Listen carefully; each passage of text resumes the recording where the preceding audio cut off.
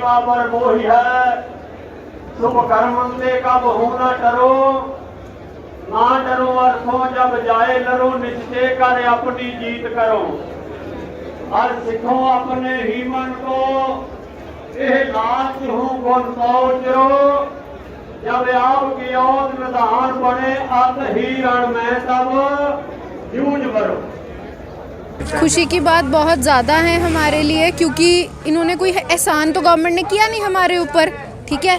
हमने अपने हक लिए हैं, लड़के लें, उन्होंने सिर्फ अपनी गलती को सुधारा है उस, ठीक है। और बाकी की जो डिमांड्स है वो भी सुधारनी चाहिए उनको, और सुधारनी पड़ेंगी ही, ठीक है। और उसके बाद बहुत सारे एलिगेशंस हमारे ऊपर लगाए गए, ठीक है। बट आज हमारी इतनी बड़ी जीत हुई है, उससे यही शो होता है कि हम गलत नहीं थे, वो सारी एलिगेशंस गलत थी, क्योंकि हम जीत गए। देखिए, समाज का जो निर्माण है, समाज का निर्माण भी औरतों की और पुरुषों की बराबर की भागीदारी से हुआ है।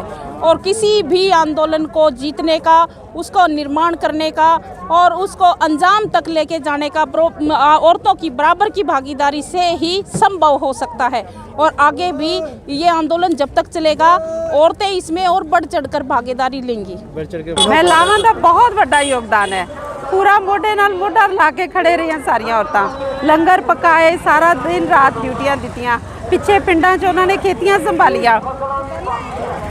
हमेशा पुरुषों के साथ महिलाएं खड़ी रही, बराबर खड़ी रही हैं, बराबर पूरे जित दे बराबर दे विच उन्हां दा हाथ है। गर्ल्स और लेडीज़ का पार्टिसिपेशन बहुत ज़्यादा था, इक्वल टू मैन। उन्होंने पूरा इस मोर्चे में अपना कह लो सपोर्ट दिया है, ठीक है। चाहे वो लोकल लेवल से हो, चाहे यहाँ पे हो, हर जगह उन्होंने दिया। देखो, राजनीति में किसानों के बच्चों को आना चाहिए, क्यों नहीं आना चाहिए, लेकिन हाँ, जब तक आंदोलन है तब तक नहीं।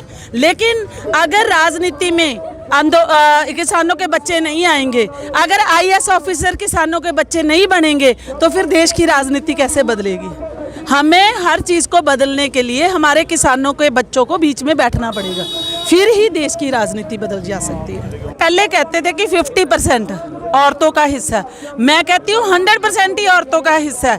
क्योंकि अगर मर्द यहाँ पे बैठे हैं जिनके, तो घरों में उनकी औरतों ने घर संभाला है, तो जिनकी औरतें यहाँ पे बैठी हैं उनके मर्दों ने घर संभाला है। तो ये बात नहीं है, दोनों का बिल्कुल पूरा योगदान है इस आंदोलन में। एक जीरो से लेके बच्चा है ना जो पैदा हुआ, उस बच्चे से लेके 100 साल के बुजुर्ग का योगदान है इस आंदोलन में।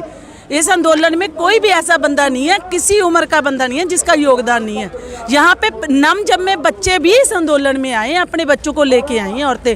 लोहड़ी मनाई है यहाँ पे, हर त्योहार यहाँ पे मनाया हमने। एक साल में हमारे बहुत किसान भाई बहन बहुत शहीद हुए हैं, उनकी गिनती लगभग 719 है जो शहीद हो चुके हैं। उनकी कमी तो कभी पूरी नहीं होगी।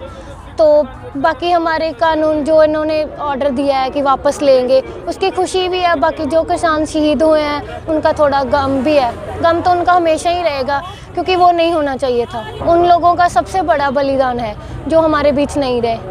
देखो, एक छोटा सा नौजवान भाई था, उनकी 2 दिन बाद अमेरिका की फ़्लाइट थी और उनका जहाँ संघर्ष के वापस जाते हुए उनका एक्सीडेंट हो गया। तो उनका सबसे बड़ा बलिदान है। और भी माताओं हैं, भाई हैं, सबका बहुत ज़्यादा इम्पोर्टेंस है। संघर्ष क्या होती है और मेहनत क्या होती है वो आप समझ सकते हैं टिकरी बॉर्डर, गाजीपुर बॉर्डर और सिंघू बॉर्डर पर आकर। 26 नवंबर 2020 से लेकर 26 नवंबर 2021 हो चुकी है और इस बीच लाखों की तादाद में किसान पंजाब, उत्तर प्रदेश, बिहार, तमिलनाडु, कर्नाटक, असम, गुजरात, हर राज्य से किसान सिंघू बॉर्डर, टिकरी बॉर्डर और गाजीपुर बॉर्डर पर डटे। और उन तीनों की संघर्ष ने प्रधानमंत्री नरेंद्र मोदी को झुका दिया। और यह सिर्फ झुकाव ही नहीं थी, सबसे बड़ी बात कि जो सरकार इन किसानों को किसान नहीं मानती थी, उसी सरकार ने गुरु पर्व के अवसर पर इन किसानों से माफ़ी मांगी है। 26 नवंबर 2021 की ताकत क्या होती है वो सिंघू बॉर्डर पर आकर आप देख सकते हैं। 1 साल से लगातार ये किसान तीनों बॉर्डर पर टिके हुए हैं और तीनों हक की आधी लड़ाई ये लोग जीत चुके हैं। और आधी लड़ाई ये लोग तब जीतेंगे जब सरकार मिनिमम सपोर्ट प्राइस यानी न्यूनतम समर्थन मूल्य पर कानून बना देती है और संयुक्त किसान मोर्चा के बाकी 6 मांगों को मांग लेती है।